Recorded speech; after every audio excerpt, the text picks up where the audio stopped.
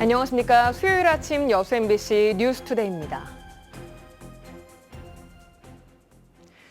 국립해양수산박물관의 입지 선정을 두고 도내 자치단체 간 경쟁이 과열 양상을 보이고 있습니다.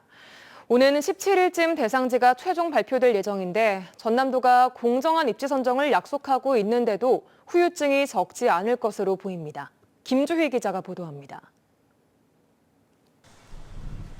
국내 6번째 국립해양문화시설이 될 국립해양수산박물관. 국립해양수산박물관이 들어설 대상지로 전남이 선정되면서 도내 자치단체 간 유치전도 치열합니다. 건립사업비 1,200억여 원 전액이 국비로 지원된 데다 연간 110억여 원에 이르는 운영비 역시 국비여서 사실상 작은 공공기관 한 곳이 들어서는 것과 같은 효과가 기대되기 때문입니다. 그래서 여수시는 국립해양수산박물관의 유치에 모든 화력을 집중하고 있는 모양새입니다. 시는 박물관의 유치를 위해 의회, 박람회 재단과 업무 협약을 체결하고 지역사회와 함께 적극적으로 유치 운동을 벌이고 있습니다. 반드시 유치해서 2016 여수 세계섬 박람회와 연계도 하고 박람회장 활성화라는 여수 시민의 오랜 수건도 해소하겠습니다. 현재 여수시를 포함해 박물관 유치에 뛰어든 도내 자치단체들은 완도, 신안, 강진 등 모두 7곳입니다. 최근 서부권 일부 자치단체들은 지지선언을 하며 힘을 실어주는가 하며 주민설명회, 지지서명 운동 등도 함께 전개하며 박물관의 유치에 총력전을 벌이고 있습니다. 이렇게 도내 지자체 간 유치전이 과열 양상을 보이면서 전남도가 특정 지역을 염두에 두고 있는 것 아니냐는 뒷말까지도 무성하게 제기되고 있는 상황입니다. 전남도는 광주연남연구원과 조선대 산학협력단에 선정 등 관련 용역 일체를 위탁하고 광주연남 출신 평가위원을 배제하기로 하는 등 공정성 시비 확산 차단에 애쓰는 분위기가 역력합니다. 전남도는 오는 17일쯤 박물관이 들어설 대상지를 최종 선정 발표할 계획입니다. 14일 날 발표 평가가 있습니다. 당일 날 3개 시군을 선정합니다. 그래서 15일 날 현장 실사를 합니다. 그래서 최종 결정을 해서 17일 정도 발표하려고 계획하고 있습니다.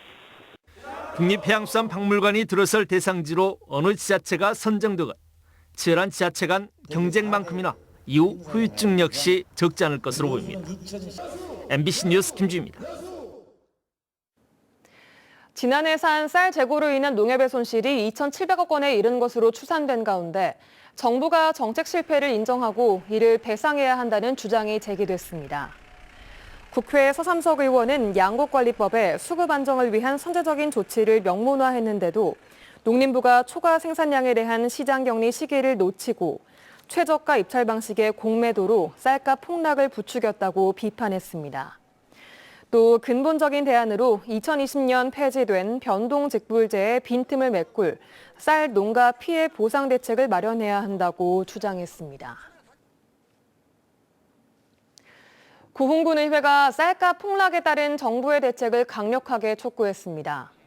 구흥군의회는 최근 농산물 소득 안정 대책의 법제화 등 쌀 수급 안정 정상화와 신속한 쌀 가격 안정을 위한 근본적인 대책을 마련해야 한다며 김준곤 의원이 대표 발의한 쌀값 폭락 방지 및 가격 안정 대책 마련 촉구 건의안을 만장일치로 채택해 정부와 국회에 보냈습니다. 군의회는 건의문을 통해 지난 8월 기준 20kg 쌀 한 포대 가격은 42,522원으로 지난해 55,630원보다 22.6%가 폭락했다며 농민들의 어려운 상황에 대한 정부의 대책을 촉구했습니다. 누구나 이용할 수 있는 공용 주차장을 어민들이 수년 동안 그물 수리장으로 무단 사용해와 논란이 일고 있습니다.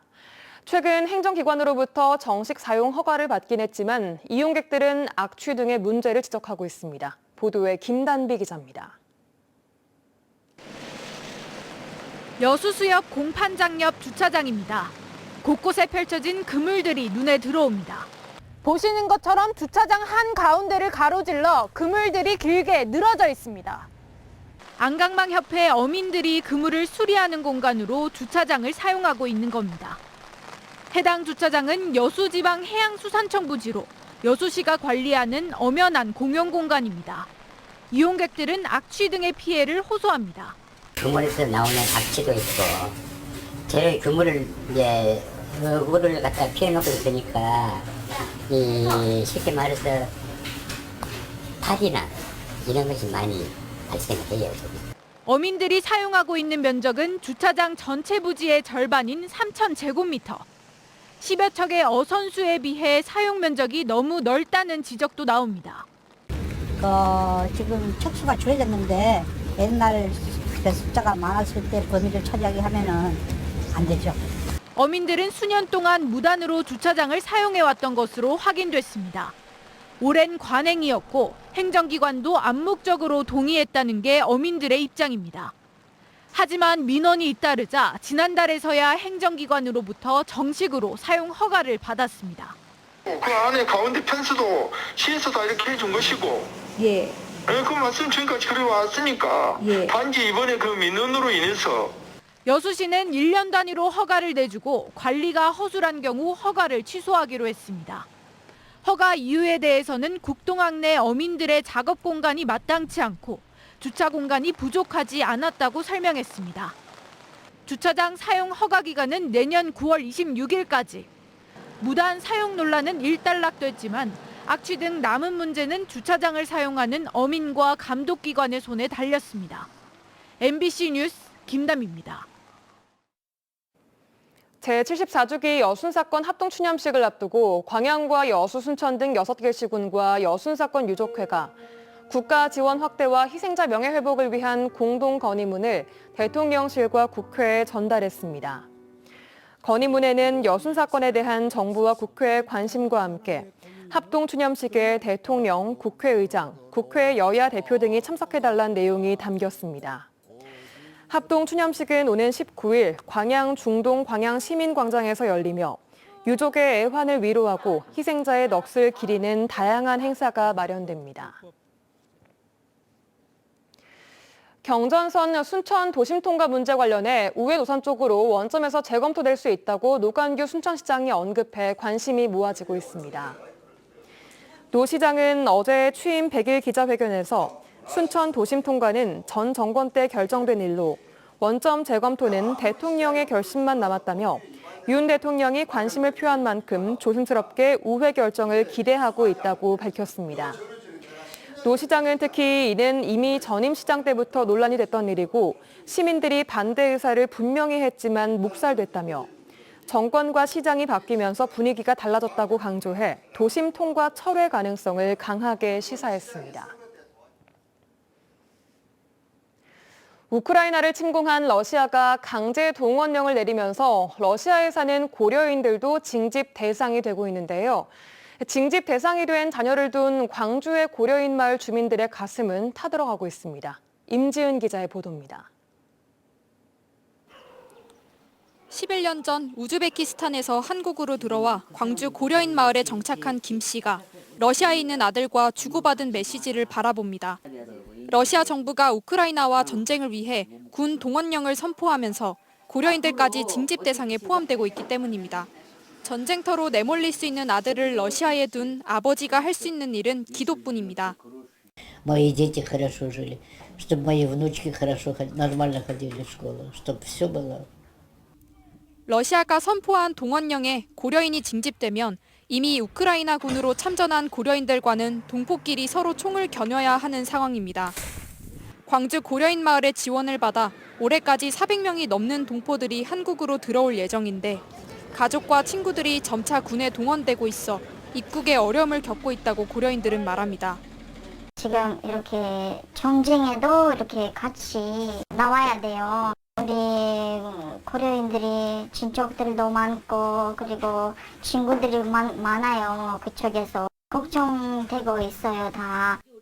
고려인 마을은 지난 8개월 동안 700여 명의 고려인들이 입국할 수 있도록 도왔는데 입국 대기자가 늘고 있는 상황이어서 항공권 구매 비용 등 외부 지원이 더욱 절실해졌습니다. 당장 그쪽에서 존재한다는데 거기를 못 돌봐주겠단 말은 우리가 하기 너무 어려워요. 왜 그런가 하면 똑같으니까 우리는 한 민족이니까. 한편 러시아의 우크라이나 침공이 장기화되고 징집 대상도 늘어나면서 광주 고려인 마을의 근심은 커지고 있습니다. MBC 뉴스 임지은입니다. 윤석열 정부의 첫 국정감사에서 지역화폐에 대한 국비 지원이 정쟁거리로 전락했습니다. 국민의힘 조은희 국회의원은 행정안전부 국감에서 지역화폐의 부정 유통과 국가 경제적 손실, 특정 지역에 대한 국비 편중 등을 지적하며 지역화폐의 무용론을 주장했습니다. 반면 민주당과 소상공인은 지역화폐 발행액이 연 20-30%의 성장률을 보이고 있고 지역경제 활성화에 크게 기여하고 있다며 지역화폐에 대한 국비 전액 삭감과 무용론에 대해 반발하고 있습니다. 전남 도립미술관이 오는 7일까지 하반기 소장작품 구매에 나섭니다. 대상 작품은 한국 근현대 미술사나 전남 미술사의 맥락을 살필 수 있는 작품과 지역 역사와 자연적 특징을 소재로 한 작품 등입니다. 중진 청년 작가 작품도 함께 공모받는데 이 경우 전남 지역 출신을 우대합니다. 특히 이번 공모에서는 도립미술관 작품 중 상대적으로 비중이 낮은 영상과 사진의 수집을 늘릴 계획입니다. AI 인공지능 선도도시를 위해 광주시가 인공지능 영재고 설립에 뛰어들었습니다. 최근 광주를 방문한 윤석열 대통령도 광주의 공약인 인공지능 영재고등학교 문제를 직접 챙기면서 설립에 속도가 붙을 전망입니다. 보도에 김영찬 기자입니다. 강의실이 AI 관련 수업을 받는 학생들로 가득 찼습니다. 학생들은 강사 지도에 따라 AI 활용 방법에 대한 기초부터 실습 과정까지 다양한 교육 수업을 받고 있습니다. 지난 2020년 문을 연 광주 AI 사관학교는 300명 넘게 졸업했으며 이 중 절반 가까이 AI와 관련된 기업에 취업을 했습니다. 고등학교나 대학교에서 인공지능과 관련한 거를 못 배웠었는데 여기 와가지고 인공지능에 대한 거를 많이 배웠고 이후에 취업을 하게 된다면 에너지 기업으로 취업을 해서 여기에 광주과학기술원과 전남대, 조선대 등 4개 대학교가 AI 실무 인력 대응을 위한 AI 융합대학 지원 사업을 추진하고 있습니다. 그러나 광주시는 AI 전문 고등과정은 활발히 운영되고 있지만 초중등 과정은 턱없이 부족하다고 판단했습니다. 이 같은 문제를 해결하기 위해 광주시가 AI 영재고 설립에 뛰어들었습니다. 영재고 설립은 윤석열 대통령의 대선 당시 지역 공약으로 광주시는 지난달 열린 비상경제민생회의에서 정부 측에 건의했고 민주당과 진행한 예산정책협의회에서도 설립의 당위성을 설명했습니다. AI 영재고와 같은 중등 고등학교의 과정을 만들어내는 것이 우리 광주시의 목표입니다. 그래서 인재도 양성하고 기업도 더 많이 유치하고 광주시가 추진하는 AI 영재고는 부산에 있는 한국과학기술원, 카이스트 부설 한국과학영재학교가 모델이 될 것으로 보입니다. 광주과학기술원법에 고등학교 과정 이하의 학교를 둘 수 있다는 조항을 신설해 광주과학기술원 부설로 운영하는 방식입니다. 다만 충북에서도 AI 영재고 설립을 추진하고 있어 경쟁도 불가피한 상황. 광주시는 AI 데이터 센터 구축과 기업 유치 등 인프라 면에서 한 발 앞서고 있는 점을 강조했습니다. 높은 수준의 교육이 이루어질 수 있도록 하기 위해서 여러 차원으로 고민을 하고 있는데 그런 차원에서 아마 그렇게 진행을 하고 있습니다. 광주시는 다음 주쯤 과학기술정보통신부를 방문해 AI 영재고 설립을 위한 검토를 구체적으로 논의할 것이라고 밝혔습니다. MBC 뉴스 김영창입니다.